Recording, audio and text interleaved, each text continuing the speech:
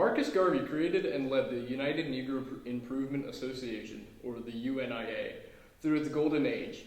Hiram Wesley Evans led the Ku Klux Klan as imperial wizard nationally through one of its most prosperous and most massive periods in terms of membership and influence. Two men, both very powerful leaders for their cause, yet one is seen as a radical and a racist, while the other is really a hero. The question is, were they really that different? There are many parallels between the previous leader of the KKK and the leader of the UNIA, yet they are held in exceedingly different regards.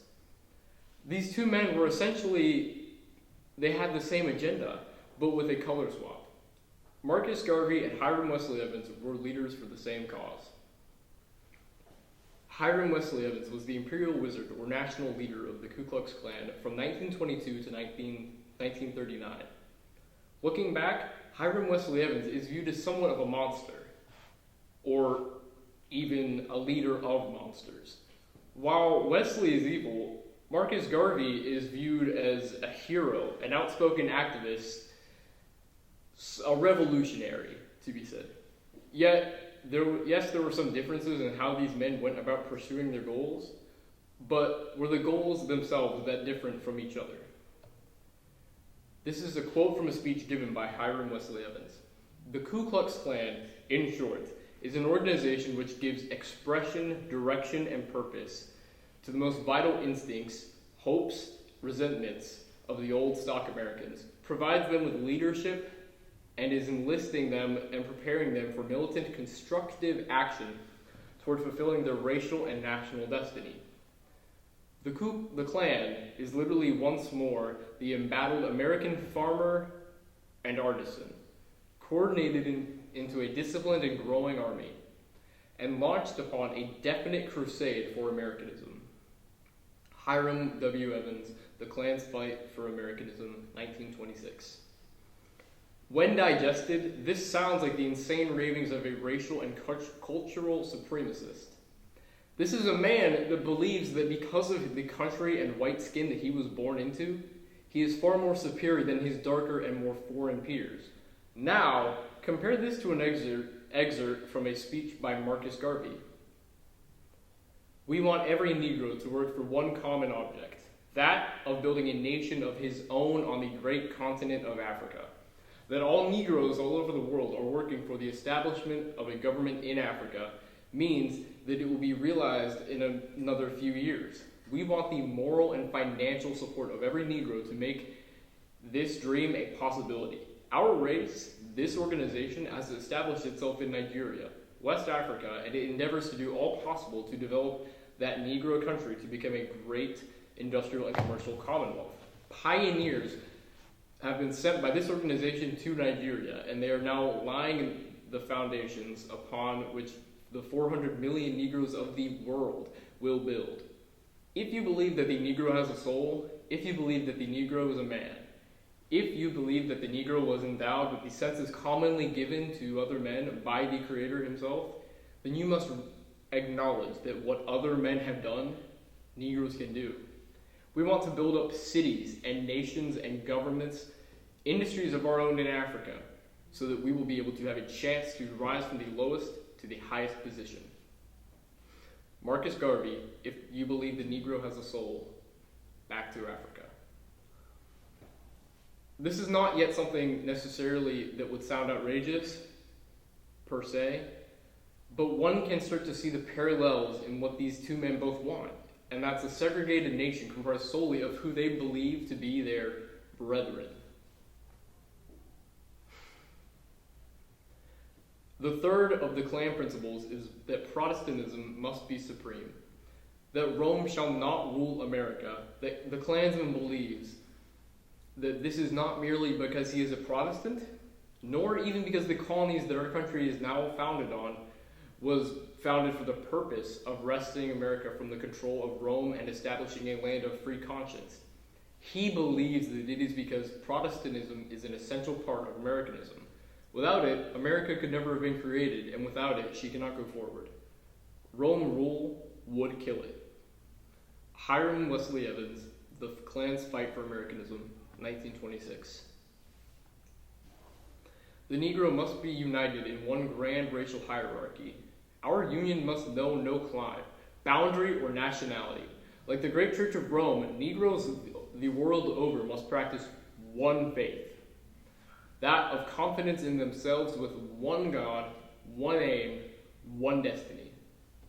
Let no religious scruples, no political machination divide us, but let's hold up together ourselves under all claims and in every country, making among ourselves a racial empire upon which the sun shall never set. Marcus Garvey, African Fundamentalism, June 6, 1925. These men also both share very strong and specific religious motivations and biases for their actions. While not villainous in nature, it may very frequently lead to corruption, unwarranted hatred, prejudice, and conflict. Now, here in Marcus Garvey's speeches is where someone might start to see a very strong resemblance to those given by men like Hiram Wesley Evans. The Universal Negro Improvement Association advocates the uniting and blending of all Negroes into one strong, healthy race. It is against miscegenation and race suicide. It is against rich blacks marrying poor whites. It is against rich or poor whites taking advantage of Negro women. It believes in the social and political physical separation of all peoples. Marcus Garvey, What We Believe, January 1st, 1924. Marcus Garvey and the Universal Negro Improvement Association both advocate the self-improvement of the African race, but he also describes the mixing of the two races as race suicide. It can be inferred that by referring to interracial activity as race suicide, Marcus Garvey must have genuinely believed that those of African descent are superior to other races. If every race was equal, in his eyes, there would be no point to develop that Negro country. Perception makes the cake, so to speak. Change can only occur through the actions determined by someone's perception of something. Marcus Garvey states very clearly that he believes in the principle of Europe for the Europeans, Asia for the Asiatics, and African for the Africans at home and abroad. Essentially, Marcus Garvey honestly and in clear language states that he believes in the principle of segregation and that race is in fact more than just a matter of skin color. The following are excerpts from the Klan Manual dated 1925. These are some of the rules that these men followed by. 3. Benevolent. This means that the movement is also committed to a program of sacrificial service for the benefit of others. As a benevolent institution, the Knights of the Ku Klux Klan must give itself to the task of relieving and helping the suffering and distressed, the unfortunate and oppressed. Another one. To maintain forever white supremacy. Another. To maintain forever the God-given supremacy of the white race. Another. Unworthy racial or clan conduct. Being responsible for the polluting of Caucasian blood through miscegenation, or the commission of an act unworthy of a Klansman. White men must not mix their blood with that of colored or inferior races. The Klan Manual, 1925. The Ku Klux Klan actively promoted patriotism, benevolence, and neighborliness, but they were also white supremacists who very frequently went to extreme measures in an attempt to do what they would call keeping America pure. The Klan treated their brethren and their families with the utmost respect. The Klan also lynched African Americans in the streets at night and burned crosses in the yards of Catholic households.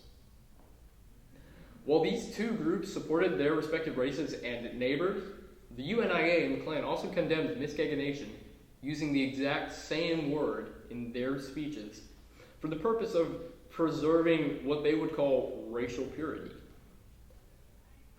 Marcus Garvey may have been an inspirational activist for his cause, but he's also a strongly worded and very influential racist. Hiram Wesley Evans may have been a successful dentist, family man, patriot, and leader of men, but he was also a leader of men who led lynchings and promoted white supremacy.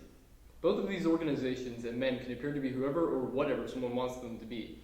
All this is a matter of appearances. This simply depends on what evidence is presented and what evidence is left in the corner.